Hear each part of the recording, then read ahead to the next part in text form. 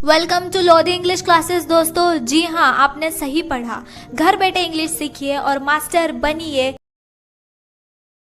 Sir बोलते हैं excellent. Excellent मतलब कमाल कर दिया, फंटास्टिक। देखो कोई भी रियलिटी शो के जजेस बार बार बोलते हैं फंटास्टिक फंटास्टिक, मतलब वाह यार तुमने क्या परफॉर्मेंस दिया है। गुड मतलब वाह, ठीक है। गुड मतलब अच्छा, तो यहाँ पे लिखा है वेरी गुड मतलब बहुत अच्छा। वेरी एक्सीलेंट मतलब बहुत ही ज़्यादा बढ़िया। वेरी थैंक्स, थैंक्स मतलब शुक्रिया। वेरी मतलब बहुत, तो बहुत शुक्रिया। तो बच्चों पहले दूसरे वाक्य पर आप ध्यान दीजिए, फिर उसके बाद आप उसके ऊपर जो वाक्य लिखा है उस पर ध्यान दीजिए, ठीक है। तो नेक्स्ट वाक्य है क्षमा कीजिए। इसका मतलब है हमें माफ़ कर दीजिए, एंड इसे इंग्लिश में कहते हैं फॉरगिव मी। उसके बाद क्या तुम्हें शर्म नहीं आती, ठीक है। क्या तुम्हें शर्म नहीं आती, तो शर्म का मतलब है शेम, अशेम्ड। तो इसका इंग्लिश में होगा are you not ashamed, are you not ashamed of yourself. Next है दीपावली। दीपावली को इंग्लिश में भी दिवाली कहते हैं, लेकिन जो शुद्ध हिंदी है उसे दीपावली कहते हैं। कुशल मंगल, सब ठीक है ना, तो इसका इंग्लिश में होता है well is it okay, are you okay, are you feeling well, ठीक है। तो जब भी आप किसी को पूछना चाहो कि सब ठीक है ना, तो आप प्रिफर कीजिए कि आप पूछोगे are you okay, are you fine, ठीक है। नेक्स्ट है तुम्हारा मंगल हो तुम्हारी जय हो, मतलब ये सामने वाले को प्रेस करने के लिए होता है, जैसे कि अपने दादा नानिया में प्रेस करते हैं। तो इसका इंग्लिश में है all is well for you, success is always yours. या फिर आप बोल सकते हो keep up the good work, यह आपने काफ़ी बार सुना होगा। दुख की बात है, ठीक है। सो न्यूज़ हम ऐसे भी बोल सकते हैं है ब्लेस यू, मतलब आप पे वो कृपा बरसाए रखे। टू फुलफिल योर विशेस का मतलब है कि आपके पूरे मनोकामना है वो पूरे करें। इसका नेक्स्ट है हाय बाप रे, इंग्लिश में अलस, ओ गॉड व्हाट हैपेंड। फिर मैं हिंदी भी जानता हूँ, फिर का मतलब है बट, में का मतलब है आई, हिंदी भी जानता हूँ का मतलब है but I no Hindi also, but I no, ठीक है। अगर हमें कुछ भी बोलना है तो हम इस आई नो का इस्तेमाल ज़रूर कीजिए दोस्तों, ठीक है ना।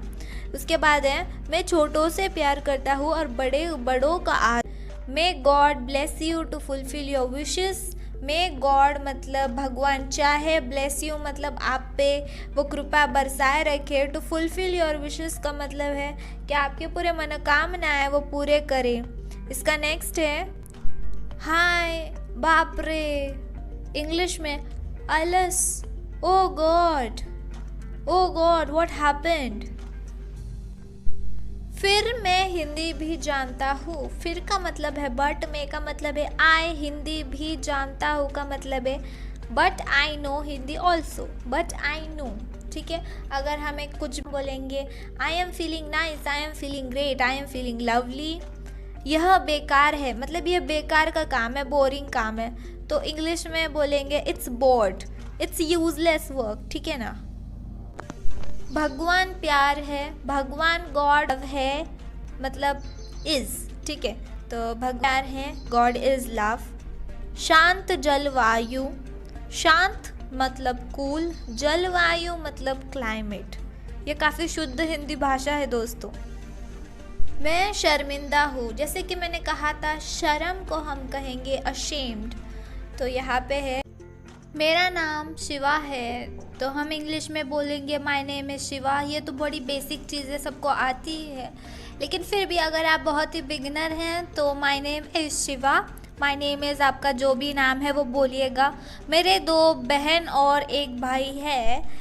नेक्स्ट है इंग्लिश में बोलेंगे I have 2 sister and 1 brother, क्योंकि बहन को बोलते हैं आई लिव इन चेन्नई, भाई को बोलते हैं फिर वो जगह जहाँ पर आप रहते हैं, और रहता हूँ का अर्थ है लिव इन। नेक्स्ट है मेरे बड़ी बहन प्राध्यापक है, तो बड़ी बहन का अर्थ है एल्डर सिस्टर, ठीक है। तो इसका इंग्लिश में बोलेंगे हम my mother father and sisters are living here. Next है ये चेन्नई महाशहर में है। महा मीन्स मेट्रोपॉलिटन सिटी, ठीक है।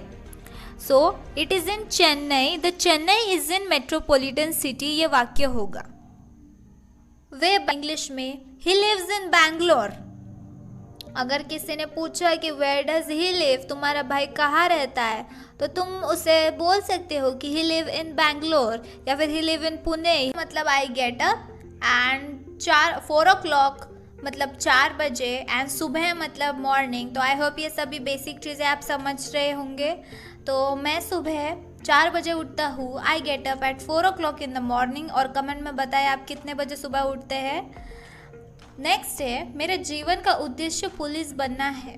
ठीक है, ये थोड़ा डिफिकल्ट है। मेरे जीवन का मतलब लाइफ, मेरी लाइफ, माई लाइफ, और उद्देश्य का मतलब है एम इंग्लिश में। एंड पुलिस तो हम सबको पता है, तो इसका हुआ my aim of life is to become a police. ठीक है, यहाँ पे पुलिस की स्पेलिंग रॉन्ग है, बट कोई ना, POLICE है। मेरी छोटी बहन पढ़ रही है, घर पे बोली जाने वाली भाषा है। ठीक है, तो हम इसे इंग्लिश में बोलेंगे माई national language is Hindi and my mother tongue is Tamil.